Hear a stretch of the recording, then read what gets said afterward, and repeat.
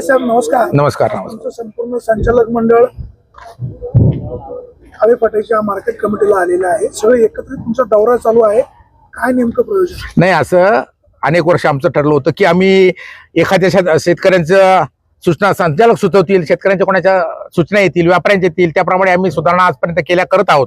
परंतु सगळ्या मार्केटमध्ये अनेक अशा सूचना होत्या, काय डेव्हलपमेंट करायची, समजा रांगावला कुठं करायचं, भाजी मार्केट कमी होते, टोमॅटो मार्केट, टॉयलेट्स कमी आहेत, रस्ते खराब झालेत, कुठे सेलॉलचे पत्रे गेले. तर आम्ही असं ठरवलं की एक असं करण्याऐवजी सगळ्याच संचालक मंडळांनी सचिव, उपसचिवासह, आर्किटेक्टसह प्रत्येक मार्केटला व्हिजिट द्यायची, तिथे काय काय सुधारणा आवश्यक आहे, काय काय आहे, मग तिथल्या व्यापाऱ्यांची चर्चा करायची, समक्ष सगळ्यांनी संचालकांनी पाहायचं आणि त्याप्रमाणे आम्ही कामं ही प्रस्ताव त्याचे सादर करायचे असा निर्णय घेतला. त्याप्रमाणे पहिलं आळेफाटा जुन्नर पाहिलं, आता आळेफाटा, आता उतुरला चाललोय, नंतर बेला पाहणार आहे, नाणगाव पाहिलं ना आम्ही आज. काय काय लक्षात आलं? नाही, ते आता नाही सांगणार, नंतर सांगणार सगळं तुम्हाला. त्याच्यात निदर्शनामध्ये काही येतंय का? कोणचं? नाही अहो तसं नाही हो. ते बघा, हा विकास आहे ना, तो किती केलं तर तो कमीच पडतो, निरंतर आहे.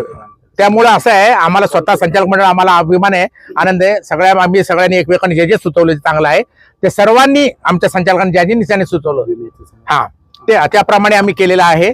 आणि जुन्नरचं पण करतोय, आणि ते नुसतं करतो नाही, मला अभिमान आहे की मार्केट कमिटीचे माझे सगळे नाही काय नाही ते चांगलं सांगितलं, सूचना केलेली आहे, चांगली सूचना केलेली आहे. ऐका, एक सभापती कसं मीच बोलणार आहे आता, ते वेळ नाही घालायचं, जास्त आम्हाला हे नाही करायचं. आमचं असं ठरलं होतं की आता काय तुम्ही आपण योगायोगाने आला की आम्ही काम सगळं करतो की बाईट अगोदर न देता असं आहे, तिकडे व्हिजिट दिली, तिकडे दौरे केले, असं आम्हाला खरं कोणालाही द्यायचं नव्हतं. सॉरी टू से, म्हणजे आम्हाला असं काय नाही. आम्ही आजपर्यंत आपण पाहिलं प्रगती केलेली आहे, याच्या कधी बाईट केलं नाही, उद्घाटन मोठमोठी काँक्रीटीकरण केलं, सेल केलं सगळं. आता आमचे लेंडे आहेत इथं अनेक आहेत की महाराष्ट्रातलं आपलं एक नंबरचं डाळिंब मार्केट सुद्धा चाललंय, कांदा मार्केट आहे, सगळं तुम्ही त्याला साक्षीदार आहात.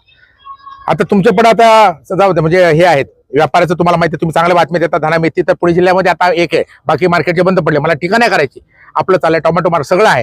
त्याप्रमाणे सुधारणा करण्याचा निर्णय घेतलाय आणि ते करतोय.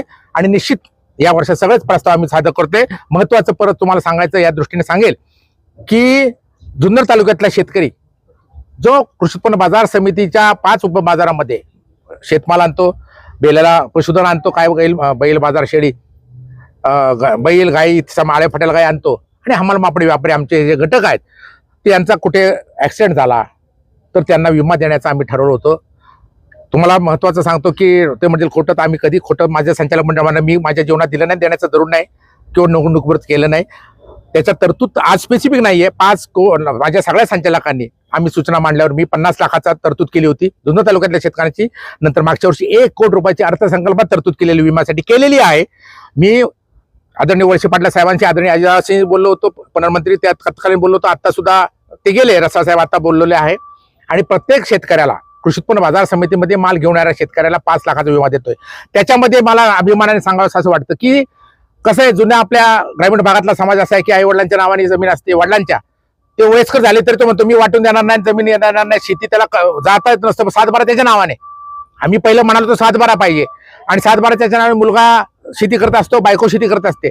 त्याच्यात मध्ये मी आणि माझ्या संचालक मंडळाने सुधारणा ही केली, हे मी तालुक्याला सांगू इच्छितो माझ्या शेतकऱ्यांना की जरी 7/12 वडिलांच्या नावाने असेल, परंतु जुन्नर मार्केट कमिटीमध्ये शेतमाल मुलाने जरी घातला असेल, त्याच्या बायकोनी पत्नीने जरी घातला असेल, 5 वर्षात 2 गुन्हे का होईना, त्याचा सुद्धा विमा आम्ही जुन्नर मार्केट कमिटी देणार आहे. त्यामुळे 7/12ची मॅन्डेटरी न करता जुन्नर मार्केट कमिटीचा जो पावती मात्र आहे ती करावी. त्याचा विमा आम्ही 5 लाखाचा काढत आहोत.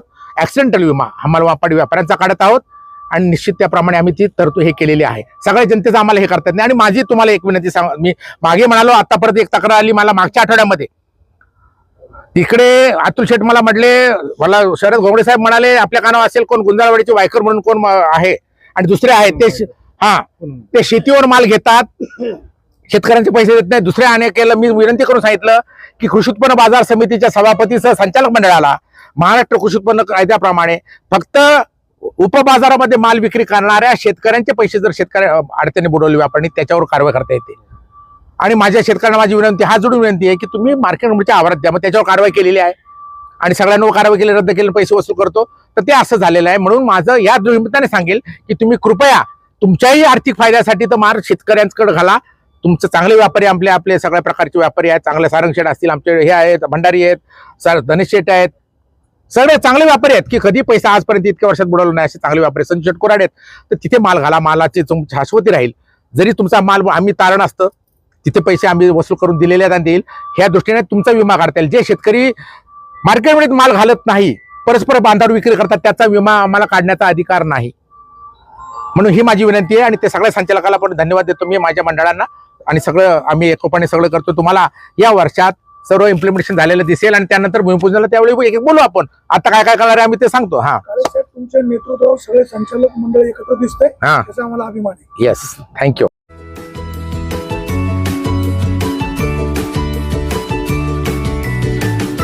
बातम्या शेतीच्या, बातम्या मातीच्या,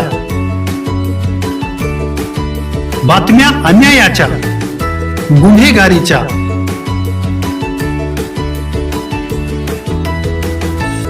राजकारणाच्या आणि समाजकारणाच्या,